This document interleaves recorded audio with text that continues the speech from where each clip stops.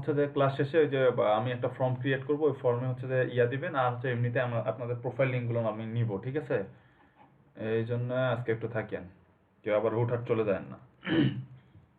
আচ্ছা, এখানে দেখেন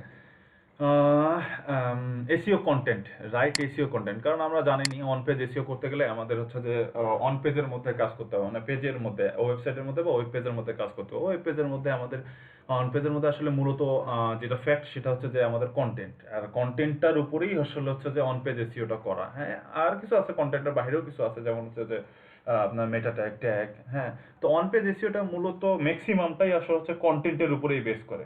কন্টেন্টটাকে এসইও করা, এসইও ফ্রেন্ডলি করা, এই সব কিছু হচ্ছে কন্টেন্টের উপর। তো এইটা এখন হচ্ছে যে এখানে একটা গাইড দেওয়া আছে, সেটা হচ্ছে যে আপনি এসইও ফ্রেন্ডলি কন্টেন্ট বা রাইট এসইও কন্টেন্ট বা এসইও ফ্রেন্ডলি কন্টেন্ট কিভাবে লেখা যায় বা কিভাবে লিখলে এটা এসইও ফ্রেন্ডলি হয়। একটা কন্টেন্টের মধ্যে অনেক কিছু থাকে। আজকে দেখতে পারবেন যে একটা কন্টেন্টের মধ্যে কি কি জিনিস থাকে। একটা কন্টেন্টের মধ্যে অনেক কিছু থাকে, যেমন হচ্ছে যে দেখেন এখানে কি বলছে, now it's time to publish content that deserve to rank one, this process goes well beyond using keyword in your page to rank your content in 2021, your content needs to be. 2021 সালে content rank করার জন্য কি কি জিনিস দরকার? Unique content.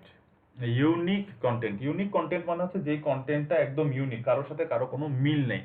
হ্যাঁ, আপনি যদি বিভিন্ন ওয়েবসাইট থেকে আপনার এরকমটা চিন্তা করিয়েন না আবার, যে আমরা বিভিন্ন গুগলে তো একটা টপিক সিলেক্টেড অনেক আর্টিকেল বা কন্টেন্ট আছে, এই কন্টেন্টগুলো 10-15টা বা 5-10টা ওয়েবসাইট থেকে কপি করে নিয়ে ওটাকে রিরাইট করে এটারে হ্যান্ড ট্যান্ড করে টোরে আমি হচ্ছে যে কন্টেন্টটা ইউনিক করে পাবলিশ করলাম। আবার ইউনিক করার জন্য হচ্ছে যে কিছু টুলস আছে, ইউনিক করে পাবলিশ করলাম। এই যে ইউনিক কন্টেন্ট বলছে, ইউনিক কন্টেন্টের কি? ইউনিক কন্টেন্টটা হচ্ছে যে আমাকে এমন একটা কন্টেন্ট তৈরি করতে হবে, এমন একটা কন্টেন্ট বিল্ড করতে হবে যে কন্টেন্টটা একদম 100% ইউনিক হবে। আমি আপনাদেরকে আজকে একটা টুলস দেখাবো। এই টুলসটা সম্পর্কে আগে একটু বলছিলাম, তারপর আজকে একটু ওই টুলসটা আপনাদেরকে দেখাবো। ওইটা অন পেজ অফ পেজ মানে এসইও রিলেটেড যত কাজ আছে সবকিছুই আপনারা ওটাতে করতে পারবেন, ঠিক আছে? এসইও রিলেটেড যত কাজ আছে সবকিছুই ওটা দিয়ে আপনারা চেক করতে পারবেন, সবকিছুই করতে পারবেন। তো এই টুলসটার নাম হচ্ছে স্মল এসইও টুলস, ওটা আপনারা একটু দেখছেন। তারপর আজকে একটু এব্রিভিয়েশন দিব ওই টুলসটা সম্পর্কে। ইউনিক কন্টেন্ট হচ্ছে একদম ইউনিক, ওই সব টুলস দিয়ে আপনার হচ্ছে যে যেমন ওটার হচ্ছে যে কোথা থেকে কন্টেন্টগুলো কপি করছেন, এই জিনিসটা এই টুলসগুলো, ফ্রি টুলস পেড টুলস বিভিন্ন আছে, এই টুলসগুলো শো করা যায় যে কোথা থেকে আপনি এই কন্টেন্টটা কপি করছেন। তো এরকম কন্টেন্ট না, ইউনিক কন্টেন্ট বলতে বোঝাইছে যে কন্টেন্ট রাইটার যারা, সেই কন্টেন্ট রাইটারকে দিয়েই হচ্ছে যে কন্টেন্টটা রাইট করে নেওয়া। তো নিচে গেলে দেখতে পারবেন যে ইউনিক কন্টেন্ট কাকে বলে, ইউনিক কন্টেন্টের মধ্যে কি কি থাকবে। তারপরে এখানে কি বলছে, সুপার ভ্যালুয়েবল। অবশ্যই কন্টেন্টটা হতে হবে কি, ভ্যালুয়েবল কন্টেন্ট হতে হবে। হ্যাঁ, optimise for search intent. Search intent মানে, সার্চ ইনটেন্ট এই ওয়ার্ডটা একটা নতুন ওয়ার্ড দেখেন এখানে। সার্চ ইনটেন্ট মানে হচ্ছে যে অডিয়েন্স অডিয়েন্স যে সার্চ করতেছে, এই অডিয়েন্স কি চাচ্ছে, অডিয়েন্স চাচ্ছেটা কি, খুঁজতেছেটা কি, অডিয়েন্সের প্রয়োজনটা কি, সেই প্রয়োজন অনুযায়ী যখন আপনি কন্টেন্টটা তৈরি করবেন সেটা হবে হচ্ছে যে optimise, search intent optimise content. তখন সে কন্টেন্টটা হবে সার্চ ইনটেন্ট অপটিমাইজ কন্টেন্ট, মানে কন্টেন্টটা আপনার হচ্ছে যে অডিয়েন্স যে জিনিসটা খুঁজতেছে, যে জিনিসটা খোঁজার জন্য সার্চ করতেছে, সেই সার্চ করার মতন করে বা সেই সার্চ যারা খুঁজতেছে, যে ইনফরমেশনটা খুঁজতেছে সেই ইনফরমেশন অনুযায়ী হচ্ছে যে কন্টেন্টটা তৈরি হবে। ওটাকেই বলা হয় হচ্ছে সার্চ ইনটেন্ট অপটিমাইজ কন্টেন্ট, ঠিক আছে? তো 2021 সালে যদি আপনি কন্টেন্ট র্যাঙ্ক করতে চান, মানে অন পেজ এসইওতে আপনার কন্টেন্টটা যদি গুগলে র্যাঙ্ক করতে চান, সেই ক্ষেত্রে আপনার এই তিনটা জিনিস লাগবে। ম্যান্ডেটরি এই তিনটা জিনিস লাগবে, তারপরেও আরো অনেক কিছু আছে। তো এই তিনটা জিনিস লাগবে। তিনটা জিনিস হচ্ছে কি, ইউনিক কন্টেন্ট লাগবে, সুপার ভ্যালুয়েবল কন্টেন্ট লাগবে, অপটিমাইজ কন্টেন্ট লাগবে। এই যে দেখেন এখানে কি বলছে, আমি যেটা বলতেছিলাম ইউনিক কন্টেন্ট এখানে কি বলছে, when I say unique content, I am not just talking about duplicate content. আমি যেটা বলছিলাম ডুপ্লিকেট কন্টেন্ট মানে হচ্ছে যে ওই বিভিন্ন জায়গা থেকে কন্টেন্টটাকে কপি করে নিয়ে আসা, এটা হচ্ছে ডুপ্লিকেট কন্টেন্ট। এটার মানে ইউনিক কন্টেন্ট না। ইউনিক কন্টেন্টের মধ্যে আরো কি কি জিনিস আছে দেখেন। I mean publishing something that does not just regurgitate the same stuff that's already out here, মানে এমন কিছু পাবলিশ না করা যেটা অলরেডি পাবলিশ হয়ে গেছে। In other words content that brings something new on the table. কন্টেন্টের মধ্যে এমন নতুন কোনো কিছু থাকতে হবে, এমন নতুন কোনো ইনফরমেশন থাকতে হবে, দেন সেই কন্টেন্টটা ইউনিক কন্টেন্ট হবে। আচ্ছা, নিউ কী কী থাকতে হবে? দেখেন, একটা কন্টেন্টের মধ্যে নিউ কী কী জিনিস থাকলে বা কী কী টপিকস থাকলে সেই কন্টেন্টটা আপনার ইউনিক কন্টেন্ট হবে। কী কী জিনিস থাকলে? that something new can be a new tips or strategy, a new tips or strategy। এখন দেখেন, কালকে পরশু দিনের আগে আপনাদেরকে আমি এসইও সম্পর্কে যখন বলতেছিলাম, তখন আমি বলছিলাম যে একটা অন পেজ বা একটা কন্টেন্টের মধ্যে কি কি থাকলে সেই কন্টেন্টটা গুড কন্টেন্ট বা সেই কন্টেন্টটা এসইও ফ্রেন্ডলি কন্টেন্ট। দেখেন, a new tips and strategy, হ্যাঁ, a better list of resource, a strong design and UX. UX হচ্ছে ইউজার এক্সপিরিয়েন্স, ইউএক্স এটার অ্যাব্রিভিয়েশন হচ্ছে ইউজার এক্সপিরিয়েন্স, আর ইউআই এটার অ্যাব্রিভিয়েশন হচ্ছে ইউজার ইন্টারফেস। এই যে চেহারাটা, এই যে ওয়েবসাইটের চেহারাটা, এটা হচ্ছে ইউজার ইন্টারফেস। আর এই যে ইউজার এক্সপিরিয়েন্স হচ্ছে আপনার এই যে কন্টেন্টটা আমি যেখানে পড়তেছি, এই যে শুরু থেকে এই যে 2 দিন থেকে যে আমরা এই ওয়েবসাইটটাকে ঘাঁটতেছি, এই যে ওয়েবসাইটটাকে পড়তেছি, এটা হচ্ছে ইউজার এক্সপিরিয়েন্স। মানে একটা ইউজার কতক্ষণ আর্টিকেলটা পড়তেছে, হ্যাঁ, কতক্ষণ ওই ওয়েবসাইটের মধ্যে স্টে করতেছে, এবং সে কোন কোন জায়গাগুলো সে মার্ক করতেছে। এই যে আমি এগুলা জায়গা টু দি পয়েন্ট মার্ক করে পড়তেছি না, এটা একটা ইউজার এক্সপিরিয়েন্সের মধ্যে পড়তেছে। এই ওয়েবসাইটের যে আছে, অ্যালগোরিদম আছে, বা এই ওয়েবসাইটের যে হচ্ছে যে রোবট আছে, সেই রোবট কিন্তু বুঝতে পারতেছে যে আমি কোথায় কোথায় মাউস নিয়ে যাচ্ছি, কোন জায়গাটা মার্ক করতেছি, কোন জায়গাটা মার্ক করতেছি না, এগুলো কিন্তু সবই বুঝতেছে সে এই আমি যে ইউজার খুব ইজিলি এই ওয়েবসাইটটাতে স্টে করতেছি এবং খুব ইজিলি এর কন্টেন্টটা বুঝতে পারতেছি, সেটা সে রোবট কিন্তু বুঝতে পারছে, কারণ আমি এই পয়েন্টগুলো টপিকসগুলো মার্ক করে করে বুঝে বুঝে পড়তেছি। আচ্ছা, নিউ কেস স্টাডি, মানে নতুন একটা কেস স্টাডি, নতুন একটা সূত্র বা নতুন একটা ফর্মুলা ওই কন্টেন্টের মধ্যে থাকতে হবে। তারপরে ওটার স্টেপ বাই স্টেপ প্রসেস থাকতে হবে। আচ্ছা, এখন দেখেন, এই যে এখানে 1 2 3 4 5টা যে রুলস বলছে একটা ইউনিক কন্টেন্টে, এই জিনিসগুলো থাকলে সেই কন্টেন্টটা ইউনিক কন্টেন্ট হবে। দেখেন তো, এই যে আর্টিকেলটা যে আমরা পড়তেছি, এটার মধ্যে টিপস দেওয়া আছে না? একটা অন পেজ এসইওর বিভিন্ন টিপস দেওয়া আছে না এটার মধ্যে? আচ্ছা, তারপরে দেখেন, এটার মধ্যে কিন্তু রিসোর্স দেওয়া আছে, এটার মধ্যে কিন্তু রিসোর্স দেওয়া আছে। কিরকম রিসোর্স দেওয়া আছে? এই যে দেখেন, এখানে ক্লিক করলে কোথায় চলে যাচ্ছে দেখি। ডুপ্লিকেট কন্টেন্ট বলতে কি বোঝাচ্ছে? ডুপ্লিকেট কন্টেন্ট, এখানে কিন্তু সে বলছে যে ডুপ্লিকেট কন্টেন্ট হওয়া যাবে না, বা শুধুমাত্র ডুপ্লিকেট কন্টেন্ট যেগুলা না, ওগুলা কি ইউনিক কন্টেন্ট বলে না। তো ডুপ্লিকেট কন্টেন্টের এক্সাম্পলও কিন্তু সে এখানে দিয়ে দিছে। হইতে পারে সেটা এটা ইন্টারনাল লিঙ্ক, হতে পারে সেটা ইন্টারনাল লিঙ্ক, এটা এক্সটার্নাল ইন্টারনাল যেটাই হোক না, কিন্তু এখানে সে একটা রিসোর্স দিয়ে, এটা একটা রিসোর্স না? আমি তখন পড়লাম, সে এখানে শুধু বলে গেল যে ডুপ্লিকেট কন্টেন্ট হওয়া যাবে না, শুধুমাত্র যে ডুপ্লিকেট কন্টেন্ট না হলে ওটাকে ইউনিক কন্টেন্ট বলবো এমনটা না, সেই কথাটা এটা বলছে। ডুপ্লিকেট কন্টেন্ট কি এটা তো আমি জানি না, এটা জানার জন্য সে এখানে আমাকে আরো হেল্প করেছে যে ডুপ্লিকেট কন্টেন্ট কি কি না হলে এটা ডুপ্লিকেট কন্টেন্ট হবে, বা কি কি হলে এটা ডুপ্লিকেট কন্টেন্ট হবে না। এটা একটা রিসোর্স তাহলে, ঠিক আছে। তারপরে হচ্ছে যে case better list of resource, এটা এখানে রিসোর্স দিয়ে দিছে। হ্যাঁ, এই যে এটা হচ্ছে একটা রিসোর্স, হ্যাঁ, এটা একটা রিসোর্স দিয়ে দিছে। তারপরে কি বলছে? এ স্ট্রং ডিজাইন, এই যে কন্টেন্টটা আছে, কন্টেন্টটা কোনটার পরে কোনটা থাকবে, কোন কন্টেন্টের মধ্যে কোন টপিক্সের মধ্যে কি কি পার্ট থাকবে, কি কি পার্ট থাকলে তারপরের স্টেপটা কি হবে। এই যে একটা ডিজাইন না, খুব সুন্দর। শুরু থেকে একটা ডিজাইনার প্রথমে দিল কি টাইটেল দিল, এই যে প্রথমে কি দেখাইছে আমাদেরকে, প্রথমে দেখাইছে অন পেজ এসইও বেসিক দেখাইছে, তারপরে অপটিমাইজ কন্টেন্ট দেখাচ্ছে, তারপরে ট্যাগ টাইটেল দেখাচ্ছে, তারপরে এখন কিভাবে হচ্ছে যে এসইও ফ্রেন্ডলি কন্টেন্ট লিখবো সেটা দেখাচ্ছে। তো এগুলো নাকি একটা পার্ট না? এটা কি একটা ডিজাইন না, স্টেপ না? এটা কি একটা ডিজাইন না, স্টেপ না? তো এটাই বলছে এখানে যে এখানে বলছে স্ট্রং ডিজাইন একটা থাকতে হবে, যেন অডিয়েন্স খুব ইজিলি ওটা অ্যাকসেপ্ট করতে পারে বা পড়তে পারে বা বুঝতে পারে। এটা হচ্ছে একটা স্ট্রং ডিজাইন, এবং দেখতেও যেন খুব অ্যাট্রাকটিভ হয়। আচ্ছা, নিউ কেস স্টাডি, এখানে নিউ কেস স্টাডি কেন বললাম, কেন বলছে এখানে উপরে দেখেন, সে কিন্তু এই যে দেখেন এখানে বলে দিছে যে এটার মধ্যে কি কি থাকা যাবে। তারপরে এই যে এখানে বলে দিছে যে তুমি এভাবে সার্চ করো, কই গেল, কালকে দেখলাম, এই যে দেখেন এইটা লিখে সার্চ করলে এইটা পাবা, এইটা আছে, এই ইউআরএল এর মধ্যে এগুলা জিনিস থাকবে। এটা কেস স্টাডি না? এ তো এখানে গুগল সার্চ করে এগুলা পাইছে, এটাই সে এখানে তুলে ধরছে না? এটা কেস স্টাডি একটা। আচ্ছা, এটা একটা হচ্ছে কেস স্টাডি। তারপরে তারপরে কি বলছে? আচ্ছা, তারপরে বলছে যে হচ্ছে যে স্টেপ বাই স্টেপ প্রসেস। আমাদেরকে কিন্তু শুরু থেকে চ্যাপ্টার 1, চ্যাপ্টার 2, চ্যাপ্টার 3 এই যে স্টেপ বাই স্টেপ কি সুন্দর আমাদেরকে বলে বলছে যে এই কাজগুলো করলে হচ্ছে অন পেজে যাবে। তো এইটাই বলছে যে একটা কন্টেন্টের মধ্যে, এটা কিন্তু একটা কন্টেন্টের মধ্যে, একটা কন্টেন্টের মধ্যে এই জিনিসগুলো থাকলে সেটা হচ্ছে ইউনিক কন্টেন্ট হচ্ছে বা ইউনিক কন্টেন্ট হবে। আচ্ছা, তারপরে কি লিখছে? For example the SEO checklist post ranks to the top 3 keywords SEO checklist. আচ্ছা, do you think I rank because I use my keyword a bunch of time? এই জিনিসটা কিন্তু খুব ইম্পর্টেন্ট, এই একটু মনোযোগ দিয়ে বোঝেন এই লাইনটা। দেখেন, উপরে কিন্তু সে বলছিল যে তুমি টাইটেলে কিওয়ার্ড ব্যবহার করো, তুমি মেটা ডেসক্রিপশনে কিওয়ার্ড ব্যবহার করো, তুমি ইউআরএল এ কিওয়ার্ড ব্যবহার করো, তুমি কন্টেন্টের মধ্যে 10 বার কিওয়ার্ড ব্যবহার করো, যেটা আতর ভাই কোশ্চেন করছিল। আতর ভাই মনে আছে?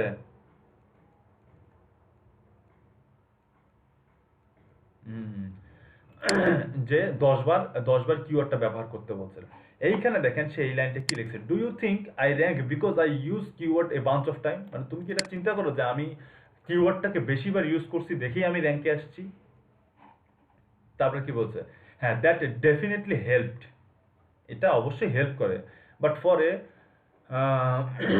Competitive term like this using keyword is not enough. শুধুমাত্র কিওয়ার্ড বেশিবার ইউজ করাটাই আসলে এক্সাক্ট কারণ না বা এক্সাক্ট ওয়ে না আপনার অন পেজ এসইওটা বা আপনার কন্টেন্টটা র্যাঙ্ক করার, শুধুমাত্র এক্সাক্ট ওয়ে না। মাই page rank in the top 3 because it's unique. My page rank in top 3 because it unique. Unique কখন হবে? এই যে স্টেপগুলো আছে, এই 5টা স্টেপই সে ফিল আপ করছে যখনই তার কন্টেন্টটা ইউনিক হয়েছে। ঠিক আছে, এই জন্য এখানে সে বলছে যে my page rank in the top because it's unique.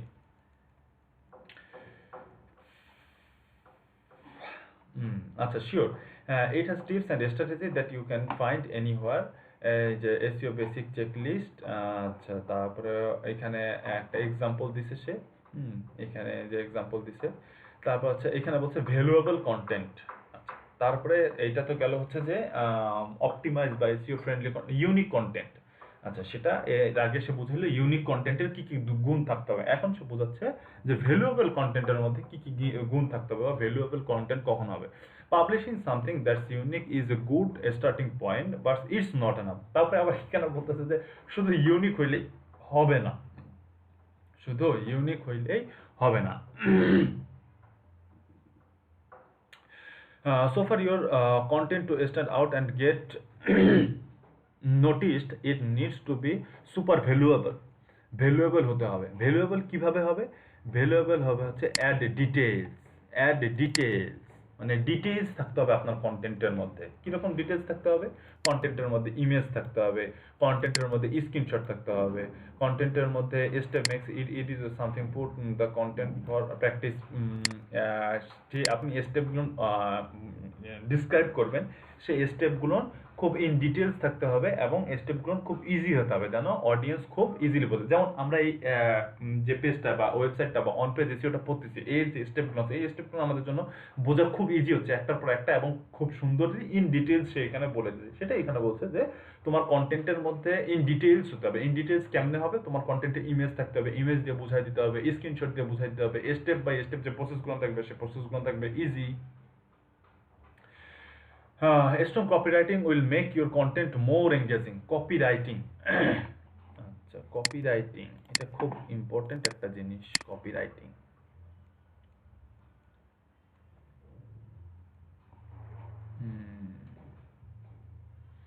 এই যে কপিরাইটিং এর আবার স্টেপ আছে। Copywriting fundamental, copywriting focus, copy pro, copywriting strategy. এই যে এখানে কপিরাইটিং কি?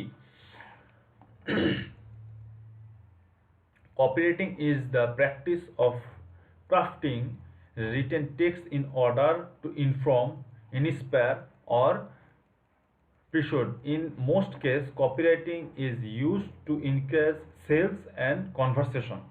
Medium where copywriting is implemented include sales letter, blog post, advertising, and social media post.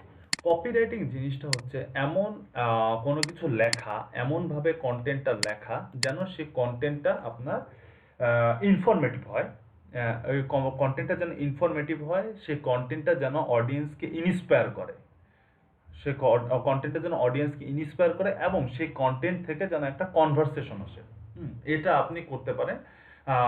একটা সেলস লেটারের থ্রুতে করতে পারেন, একটা ব্লগ পোস্টের থ্রুতে করতে পারেন, অথবা বিভিন্ন অ্যাডভার্টাইজিং অর সোশ্যাল মিডিয়ার মধ্যে যে আমরা পোস্টগুলো করি, এই পোস্টগুলোকে, ওয়েবসাইটের আর্টিকেলগুলোকে বা কোনো সেলস লেটার, মানে আমরা যখন কোনো প্রোডাক্ট কিনতে যাই, ওই প্রোডাক্ট অনলাইনে কোনো প্রোডাক্ট কিনতে গেলে, বিভিন্ন সফটওয়্যার কিনতে গেলে দেখবেন যে একটা সেলস লেটার থাকে। সেলস লেটার হচ্ছে যে ওই প্রোডাক্ট সম্পর্কে একটা ইন ডিটেলস লেখা থাকে, যে এই প্রোডাক্টটা কিনলে কি কি বেনিফিট পাবেন, এই প্রোডাক্টের মধ্যে কি কি টুলস আছে। সফটওয়্যার, বিভিন্ন সফটওয়্যার কিনতে গেলে দেখবেন, আমি এই জিনিসটা বেশি দেখি, তো তো এই কথাটাই এই জন্য বললাম, যে বিভিন্ন সফটওয়্যার কিনতে গেলে দেখবেন যে ওখানে একটা বিশাল বড় একটা, ওই যে আপনি দেখছেন হয়তো বা অ্যাটমিক মেইল হান্টার, যদি কোনো সফটওয়্যার আপনি ইনস্টল করা থাকেন, তখন দেখবেন যে ওই মেইল হান্টার সম্পর্কে আপনার ইন ডিটেলস ওখানে লেখা থাকে ইনফোগ্রাফির মতন, ওটাকে সেলস লেটার বলে।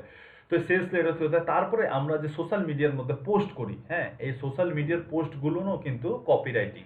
হ্যাঁ, তো এই জিনিসগুলো যেটা হচ্ছে যে অডিয়েন্সকে ইন্সপায়ার করে এবং ওটাতে ইনফরমেশন থাকবে এবং ওই মেসেজটা বা ওই কন্টেন্টটা আপনার সেল নিয়ে আসবে বা কনভারসেশন নিয়ে আসবে, সেটাই হচ্ছে কপিরাইটিং। যেখানে একটা কপিরাইটিং গাইড আছে। এই পেজটার মধ্যে অনেক ইনফরমেশন দেওয়া আছে। এই পেজটা রাখছেন কিনা আমি জানি না। যদি নাও রেখে থাকেন তাহলে আপনারা জাস্ট খালি গুগলে অন পেজ এসইও লিখে সার্চ করুন। এটার মধ্যে, এই গাইডটার মধ্যে একদম fully in detail A to Z on page SEO সম্পর্কে সব কিছু দেওয়া আছে, এবং আপনার যে যে টপিকসগুলো বুঝবেন না, যে যে টপিকসগুলো ক্রিটিক্যাল টপিক, সেই টপিকসগুলো এক্সাম্পল এবং হচ্ছে রিসোর্সও দেওয়া আছে। ঠিক আছে?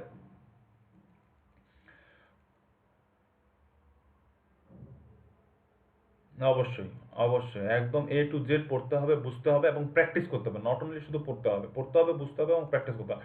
অন পেজ এসইও টপিকসটা হচ্ছে প্র্যাকটিসের উপরে। আপনার সেটা অফ পেজ হোক আর অন পেজ হোক, এটা পুরোটাই প্র্যাকটিসের উপর। আপনি যত প্র্যাকটিস করবেন আপনার তত এক্সপিরিয়েন্স গ্রো হবে। আর যখন এক্সপিরিয়েন্স গ্রো হবে তখন হচ্ছে যে আপনি ফাইবারের গিগের মতন বলতে পারবেন যে এই জিনিস দিলে আমার গিগটা র্যাঙ্ক করবে। এই এইভাবে আর্টিকেল লিখলে, এইভাবে কন্টেন্ট লিখলে, এই জিনিসগুলো থাকলে আমার গিগটা র্যাঙ্ক করবে। তখন আপনি এরকম করে বলতে পারবেন। তারপরে আপডেট ম্যাটেরিয়াল, মানে আপনার এখানে নিউ স্ট্র্যাটেজি থাকতে হবে, যেটা আপ টু ডেট এরকম একটা স্ট্র্যাটেজি থাকতে হবে। আর এক্সপার্ট অথর্স যারা যারা বিভিন্ন যেমন সাপোজ এই যে অন পেজ এসইও, এখন অন পেজ এসইও সম্পর্কে যে আমি ব্রিফ দিচ্ছি, ব্রিফ দেওয়ার পরে এক্সপার্টকে এখানে ব্যাকলিঙ্ক এক্সপার্ট, তো ব্যাকলিঙ্ক আমি রেফারেন্স দিচ্ছি আপনাকে। ব্যাকলিঙ্কর এখানে রেফারেন্স দিচ্ছি। তো এই ব্যাকলিঙ্ক হচ্ছে যে করতেছে, কি বলে, ব্যাকলিঙ্কর রেফারেন্স দিচ্ছি। ব্যাকলিঙ্ক হচ্ছে যে এখানে এক্সপার্ট অথর, হ্যাঁ, সে এক্সপার্ট অথরে ভূমিকা পালন করতে। এতে এরকম এক্সপার্ট অথর দিয়ে আপনার কন্টেন্টটা হয় একবার চেক করায় নাও, নাহলে এই এক্সপার্ট অথর্সদের রেফারেন্স দাও। হ্যাঁ, এইরকম করলে দেন হচ্ছে যে আপনার কন্টেন্টটা, এই টপিকসগুলো রাখলে দেন হচ্ছে যে আপনার কন্টেন্টটা ভ্যালুয়েবল কন্টেন্ট হবে। হুম তারপরে তারপরে তারপরে তারপরে এটা আর একটা important topic, content that satisfy search intent. এটার মানে হচ্ছে যে অডিয়েন্স কোন জিনিসটা সার্চ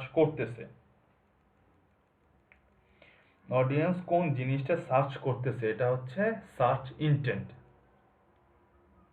এটাকে বলা হচ্ছে সার্চ ইঞ্জিন। এখানে কি বলছে, unique valuable content can get you to the first page of Google, but if you want to stay there your page has satisfy search intent.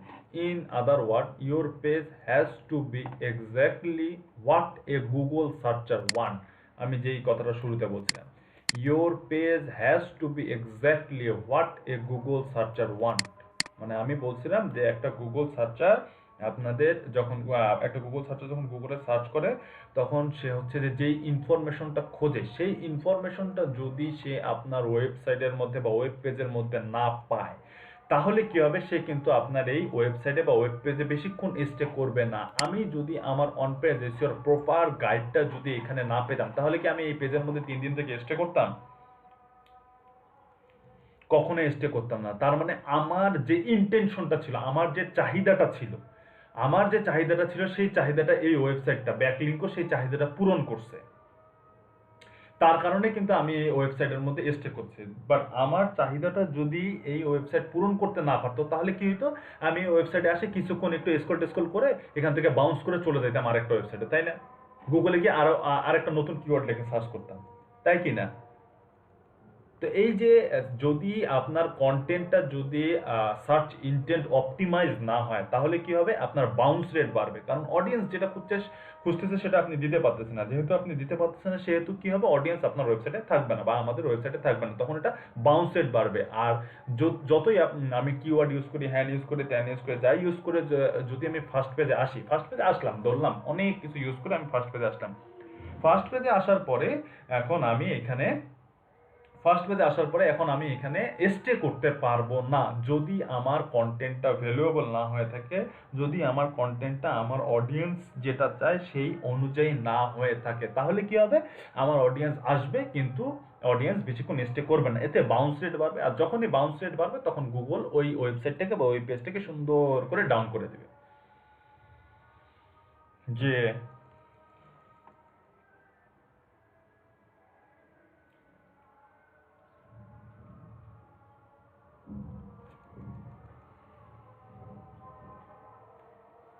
আচ্ছা, গুড কোশ্চেন। এটার আহ, যদি নর্মালি হিসাব করি, নর্মালি যদি as usually আমরা normally bounce rate হবে না তখন যখন একটা ওয়েবসাইটে একটা অডিয়েন্স যদি 30 সেকেন্ড থেকে 1 মিনিট অথবা এর বেশি স্টে করে, 30 সেকেন্ড থেকে 1 মিনিট অথবা এর বেশি স্টে করে, তাহলে সেইটাকে বাউন্স রেট ধরা হয় না। বাট এখানে একটা কথা আছে, এখন দেখা গেল একটা ওয়েবসাইটের মধ্যে 100 জনের মধ্যে 70 জন ওই ওয়েবসাইটটাতে আসে, ওই পেজটাতে আসে 5 minute, 7 minute, 10 minute West stay করে। যেমন আপনার ফাইবারে আমরা যখন ঢুকি, ফাইবারে ঢুকলে কিন্তু এমনিতেই এটা ওটা গিগ দেখতেই কিন্তু আমাদের নর্মালি প্রত্যেকটা ফাইবার ইউজারই ফাইবারে ঢুকলে কিন্তু 10 মিনিট যায়, 10-15 মিনিট এমনিতেই চলে যায়, যায় কিনা? 10-15 মিনিট এমনিতেই চলে যায়। আবার ইউটিউবে ঢুকলে একটা একটা অডিয়েন্স ইউটিউবে ঢুকলে সে কিন্তু আধা ঘন্টা এমনিতেই, একবার ঢুকলে তার আধা ঘন্টা এমনিতেই কিন্তু তার সময়টা চলে যায়।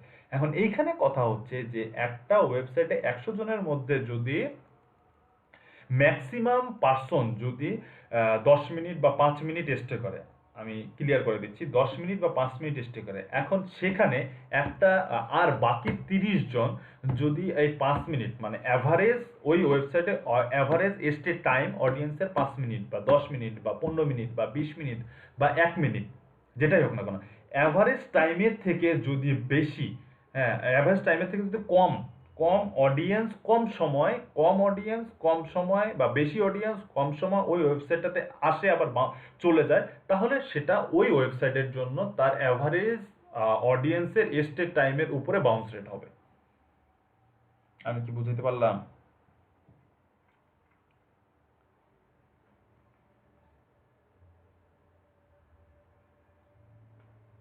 হ্যাঁ, কিন্তু হ্যাঁ এক একটা ওয়েবসাইটের জন্য সেটা হয় হচ্ছে যে ওই ওয়েবসাইটের মধ্যে কতজন অডিয়েন্স আসতেছে, সেই অডিয়েন্সরা অ্যাভারেজে কতক্ষণ স্টে করতেছে, অ্যাভারেজ যে টাইমটা অ্যাভারেজ যে টাইমটা সেই টাইমটা থেকে কম সময় কতজন অডিয়েন্স স্টে করতেছে 100 জনের মধ্যে, সেটার উপরে ডিপেন্ড করে ওটার বাউন্স রেট হবে। বাট নর্মালি গুগল এটা হচ্ছে যে যদি 30 সেকেন্ড থেকে 1 মিনিট অথবা 1 মিনিট প্লাস একটা অডিয়েন্স, 1 মিনিট প্লাস একটা অডিয়েন্স যদি ওই ওয়েবসাইটের মধ্যে স্টে করে তাহলে সেটা নর্মাল অডিয়েন্স হিসেবেই ধরে নেয়। বুঝতে পারিয়েছেন? উম,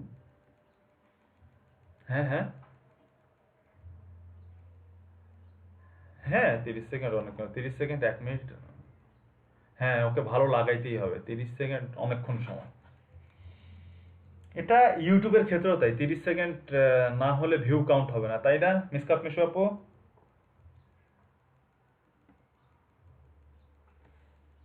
নাই নাই, মিসকাপ মিশু আপু নাই।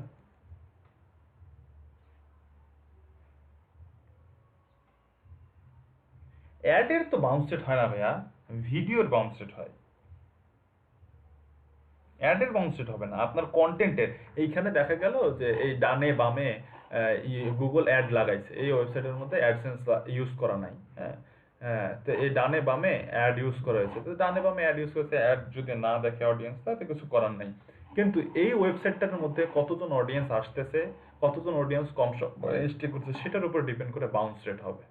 আর যার বাউন্স রেট যত বেশি হবে, বাউন্স রেট যত বাড়বে, ওয়েবসাইট ডাউন হওয়ার পসিবিলিটি তত বেশি। বুঝতে পারিয়েছেন?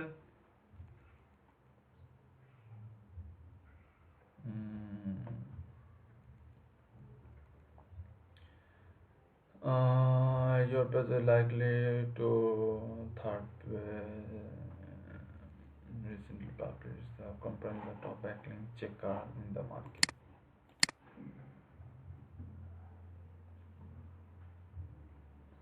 Market is ranked the backlink checker. The best backlink checker. দেখি কি কি দেখাইছি। মজ দেখাইনি, এইচআরএফ দেখাইছি, স্যামরুশ দেখাইছি, ম্যাজেস্টিক দেখাইছি, কিন্তু পেইড।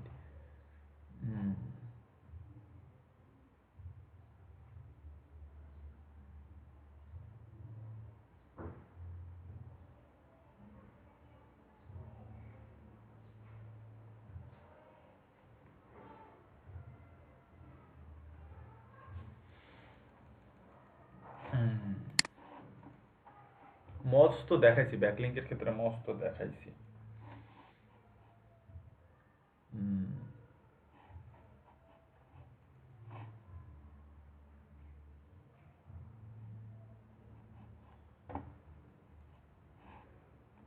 আচ্ছা, এইখানে দেখেন একটা মজার জিনিস, এখানে কি বলছে, my goal was to rank for the keyword backlink checker. এই ব্যাকলিংকোর যে ওনার, এই যে কই গেল, কই টাকলা, কই টাকলা, টাকলা কই টাকলা, এই যে টাকলা, এই টাকলা ব্র্যান্ডিন, ও একটা কিওয়ার্ডে গুগলে র্যাঙ্কে আসতে চাচ্ছিল, ঠিক আছে। A few days after I publish that post, কিছুদিন পরে সে পাবলিশটা পোস্ট করলো, I decide to check out the SERPs for the term, for that term. SERP কি?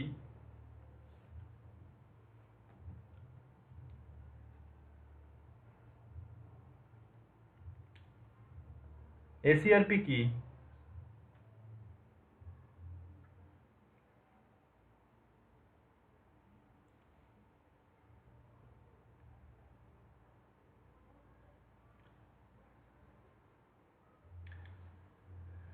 আল্লাহ, আমি কোথায়? কে জানেন এসিআরপি কি?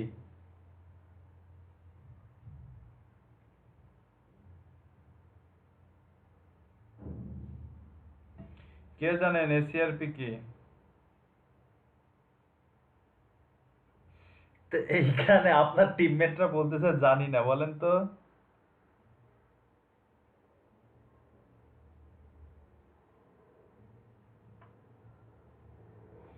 এখানে আপনার টিমমেটরা বলতেছে সে জানে না, বলেন তো এটা কি করা যাবে এখন? ইনাদেরকে কোথায়, আমি কোথায়, কয় তালা থেকে ফেলে দিব বলেন?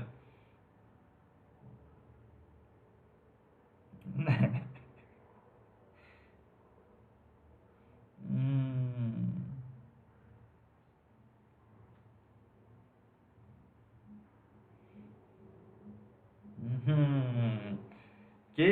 শুভ ভাই? কে? কি করবো? জানি না ভাই, কেমনে ভাই, কেমনে জানেন? আচ্ছা, তো এইখানে তার একটা ইয়া ছিল, টার্গেট ছিল যে সে ব্যাকলিংক চেকার এই কিওয়ার্ড দিয়ে সে গুগলে র্যাঙ্কে আসবে। তো এই জন্য সে একটা পোস্টও পাবলিশ করছে, ঠিক আছে। তো সে পোস্ট পাবলিশ করছে, তো পোস্ট পাবলিশ করার পরে সে সার্চ ইঞ্জিন রেজাল্ট পেজটা চেক করছে, যে আসলে দেখি সার্চ ইঞ্জিন রেজাল্ট পেজে এই কিওয়ার্ড দিয়ে কারা কারা আছে এবং তাদের এখানে কি কি আছে, বা তারা কি কি নিয়ে আসছে। এইখানে দেখেন, I quickly realized that 100% of the first page result were tools. First পেজের মধ্যে যে 10টা ওয়েবসাইট আসে, এই 10টা ওয়েবসাইটই হচ্ছে ব্যাকলিংক চেকার টুলস, বিভিন্ন রকম টুলস। ব্যাকলিংক চেকার, ব্যাকলিংক চেকারের বিভিন্ন টুলস আছে না, সেই টুলসগুলো আমাদের সামনে চলে আসছে, যেমন এইচআরএফ আছে, মজ আছে, স্যামরুশ আছে, হ্যাঁ, তারপরে আমরা যেগুলো দিয়ে করছি যে দাহত আছে, এই টুলসগুলো চলে আসছে, ব্যাকলিংক চেকার এই টুলসগুলো চলে আসছে। সে দেখছে ফার্স্ট পেজের মধ্যে সবগুলোই হচ্ছে কি, আচ্ছা আমরাও দেখি এটা কতটুকু কি অবস্থা, এখন কি অবস্থায় আছে। তখন তো সে যখন করছে তখন তো ছিল ব্যাকলিংক চেকার, এইচআরএফ টুলস, নীল প্যাটেল ফ্রি ব্যাকলিংক চেকার, এটাও টুলস, স্মল এসিও টুলস, এটা তো টুলসের লেখাই তো আছে টুলস, মজ লিঙ্ক এক্সপ্লোর, এটাও টুলস, এটা দেখি স্যামরুশ, এটাও টুলস, দাহত, এটা তো টুলসই, এটাও এসিও রিভিউ টুলস, এটাও টুলস, এটা কি দেখিনি, র্যাঙ্ক ওয়াচ, এটাও কি দেখিনি, আচ্ছা দেখি এখানে, এই যে এটা তো টুলস, হয়ে গেল।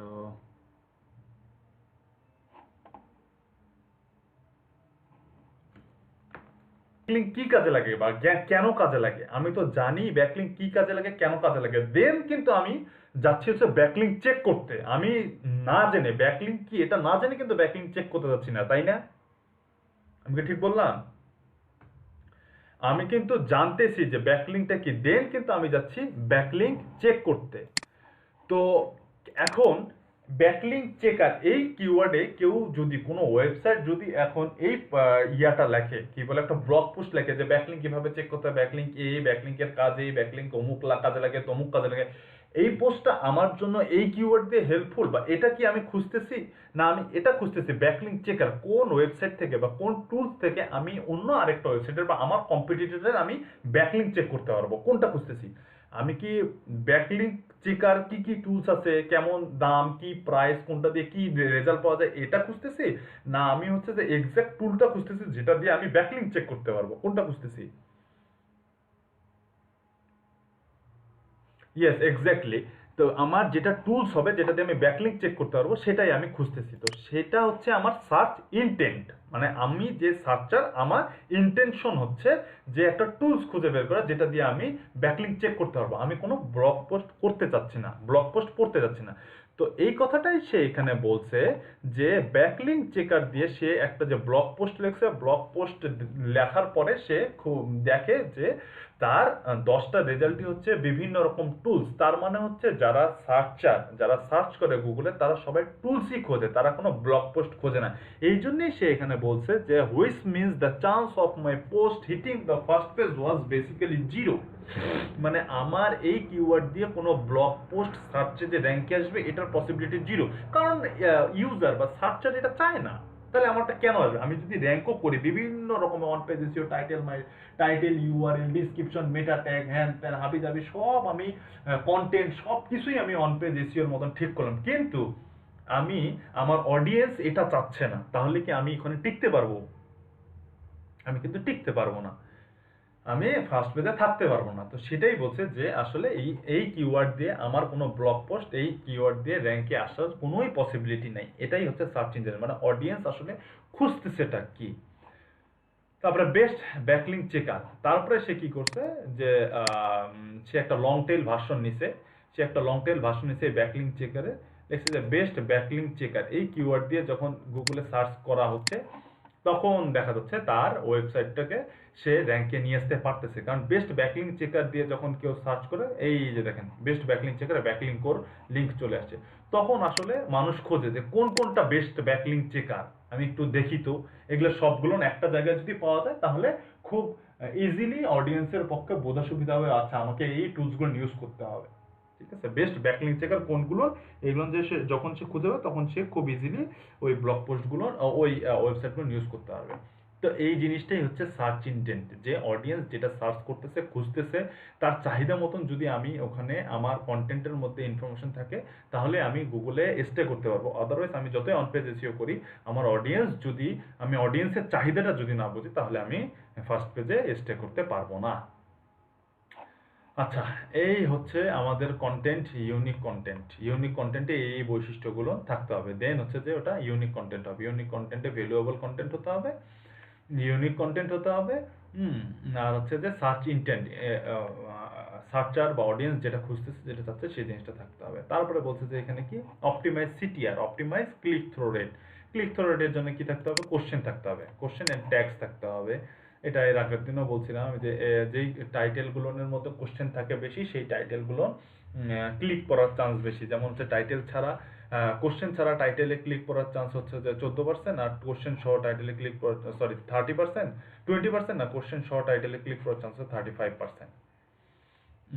আচ্ছা, তারপরে ইউজ রিভিউ অর এফিকিউ। কিছু রিভিউ, এই যে যেমন রিভিউ সামনে নিয়ে আসে, রিভিউ থাকলে ওই যেসব কিওয়ার্ডে রিভিউ যারা খোঁজে, যেমন food related product, food related কিওয়ার্ডগুলো না অডিয়েন্স রিভিউ খোঁজে, তো রিভিউ থাকলে ওটাতে ক্লিক পড়ে বেশি। তারপরে হচ্ছে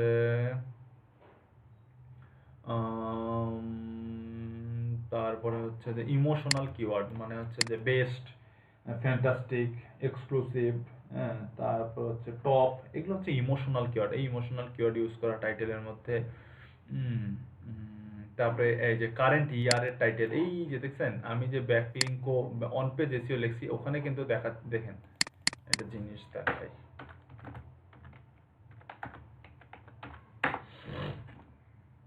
এই যে দেখেন অন পেজ এসইও লেখার পরে দেখেন এর টাইটেলের মধ্যে কিন্তু 2020, যে কারেন্ট ইয়ার সামনে যেটা আসতেছে, সেই ইয়ারের অলরেডি সেই ইয়ারটা সে এখানে মেনশন করে দিছে। এই যে এখানে 2020, হ্যাঁ, তারপরে এরা দুইজনই মেনশন করছে। তো এটাই বলছে এখানে কারেন্ট ইয়ার মেনশন করা, এটাও খুব ইম্পর্টেন্ট, কারণ অনেকে আপডেটটা চায়, সবাই কিন্তু এখন অনলাইনে আপডেটটা চায়। তো আপনি যখন কারেন্ট ইয়ার টাইটেলের মধ্যে দিয়ে দিবেন কিওয়ার্ডের মধ্যে, তখন দেখবেন ওই কিওয়ার্ড দিয়ে অডিয়েন্স যখন সার্চ করবে, হ্যাঁ, অন পেজ এসিও 2020 লিখে কোনো যখন অডিয়েন্স সার্চ করবে, তখন আপনার অন পেজ এসিও তো আপনার কিওয়ার্ড আপনার ওয়েবসাইটটা র্যাঙ্ক করবে, তখন হচ্ছে যে 2020তেও আপনার কিওয়ার্ড আপনার ওয়েবসাইটটা র্যাঙ্ক করবে। তো এখানে বলছে যে টাইটেলের মধ্যে ইউজ করা, কি বলে, কারেন্ট ইয়ারের ইয়ারটা টাইটেলের মধ্যে ইউজ করা, ডিসক্রিপশনের মধ্যে ইউজ করতে বলছে। On page UX signal, user interface, user interface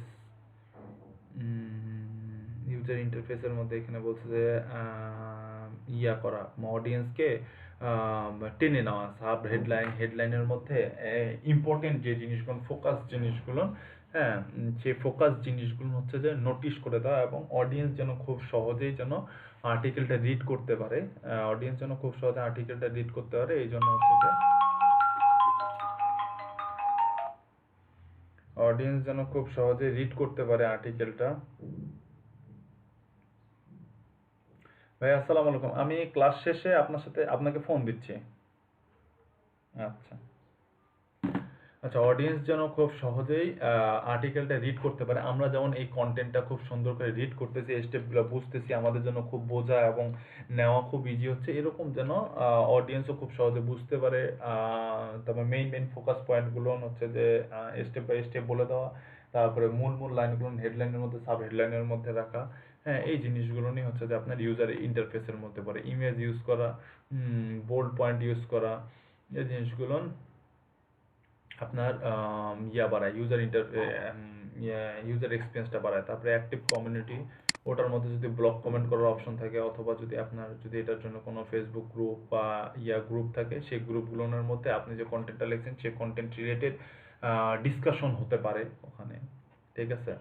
তো এটাই হচ্ছে এটা এটা এটাই এটাই হচ্ছে যে আপনার user experience, UX, on page user experience বা ইউএস।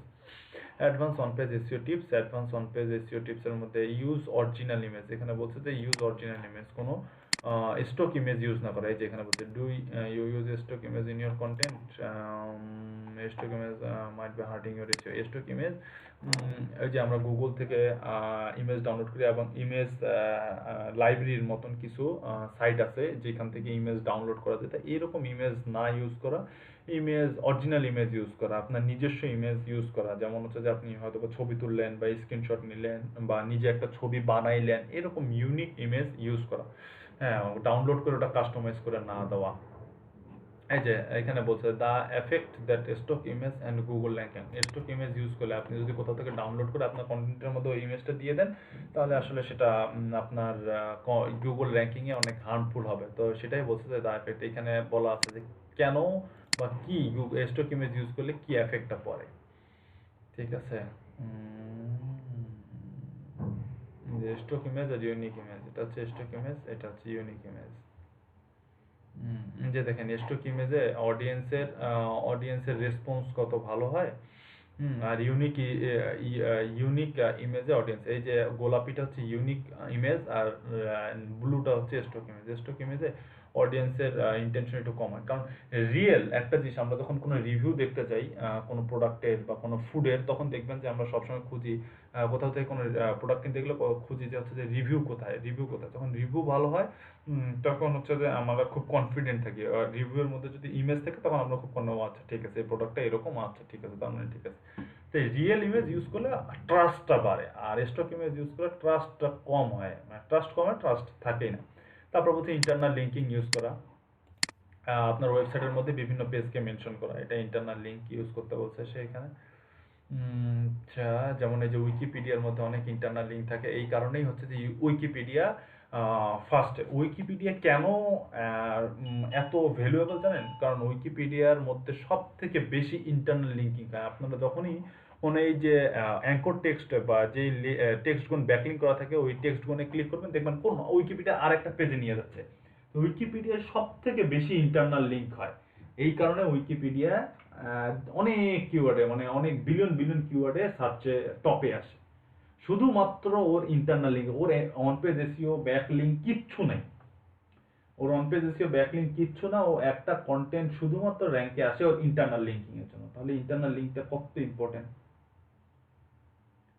বুঝতে পারছেন? ইন্টারনাল লিঙ্ক কত ইম্পর্টেন্ট, যে উইকিপিডিয়া আপনার শুধুমাত্র ইন্টারনাল লিঙ্কিং এর জন্যই বিভিন্ন, আমরা বিভিন্ন কিওয়ার্ড দিয়ে সার্চ দিলে উইকিপিডিয়া লিঙ্ক আসে, তার একটাই কারণ হচ্ছে ওর ইন্টারনাল লিঙ্ক, অজস্র ইন্টারনাল লিঙ্ক। আচ্ছা, right compressive content, boost your page speed. ও হ্যাঁ, আপনার ওয়েবসাইটটা কতক্ষণে লোড হচ্ছে, আপনার পেজটা কতক্ষণ লোড হতে কত সময় লাগছে, এটার উপরও ডিপেন্ড করে আপনার অডিয়েন্স। যদি বেশি সময় লাগে অডিয়েন্স ওখান থেকে কিন্তু চলে, এই পেজটা লোড হতে অনেক সময় লাগছে, থাকবো না এখানে, এরকম করে কিন্তু অডিয়েন্স চলে যায়। তো যেই পেজটা লোড হইতে সময় লাগে কেন, তার কারণটা হচ্ছে আপনার পেজের মধ্যে যদি অনেক ভারী ভারী ইমেজ থেকে, মানে অনেক 5 মেগাবাইট, 10 মেগাবাইট, 15 মেগাবাইট, 20 মেগাবাইটের যদি ইমেজ থাকে, বড় বড় যদি ভিডিও থাকে, হ্যাঁ, তারপরে আপনার আরো ইন্টারনাল কিছু কোডিং টোডিং আছে, কোডিং এর মধ্যে ইরোড টিরোড থাকলে, এই জিনিসগুলোর কারণে আপনার পেজ স্পিডটা স্লো হয়ে যায়। আর যখন পেজ স্পিড স্লো হয়ে যায় তখন হচ্ছে যে ওই ওয়েবসাইটটার মধ্যে অডিয়েন্স থাকে না, এবং ওই ওয়েবসাইটটাকে গুগলও র্যাঙ্ক দেয় না। যেই পেজের স্পিড ভালো, খুব তাড়াতাড়ি ওই পেজটা লোড হয়, সেই পেজগুলোকে গুগল র্যাঙ্কে নিয়ে আসে এবং অডিয়েন্স ওই পেজগুলোর মধ্যে স্টে করে, বুঝতে পারছেন? যে এখানে দিয়ে দিছে পারফরমেন্স এবং মেজর ওয়েব হোস্টিং প্রোভাইডার।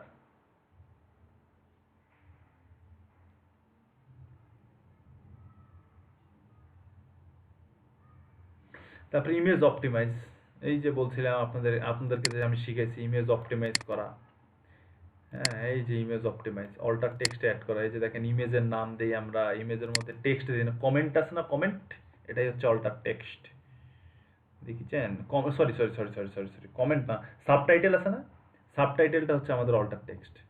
সাবটাইটেলটা হচ্ছে অল্টার টেক্সট। এই যে দেখেন অল্টার টেক্সট এরকম হয়, ট্যাগগুলোকে অল্টার টেক্সট বলে বা সাবটাইটেলগুলোকে অল্টার টেক্সট বলে। ওই যে অল্টার টেক্সট টাইটেল। আমরা যখন ওই যে ব্লগে যখন আমরা আর্টিকেল পাবলিশ করছিলাম, তখন ইমেজটা যখন আমি এডিট করছিলাম তখন দেখছিলেন কি উপরে অল্টার টেক্সট আর টাইটেল দুটো অপশন ছিল, মনে আছে? এই যে অল্টার টেক্সট।